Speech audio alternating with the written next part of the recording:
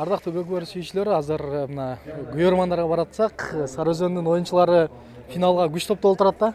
Анан байкелерге бир ден соолук сурап, ийгилик кылып койлу. Ассаламу алейкум. Тамагыңыздар таттуу болсун. Финалга күч топтоп атат окшойсуздар, байке. Негизи эле көкбөрүчүлөр атайын тамак жеп жүрсөк, биз катары эле бул жактан жей турбайсыздар. Сиздер тамактар кандай болот негизи? Кандай тамактанасыздар оюндун астында?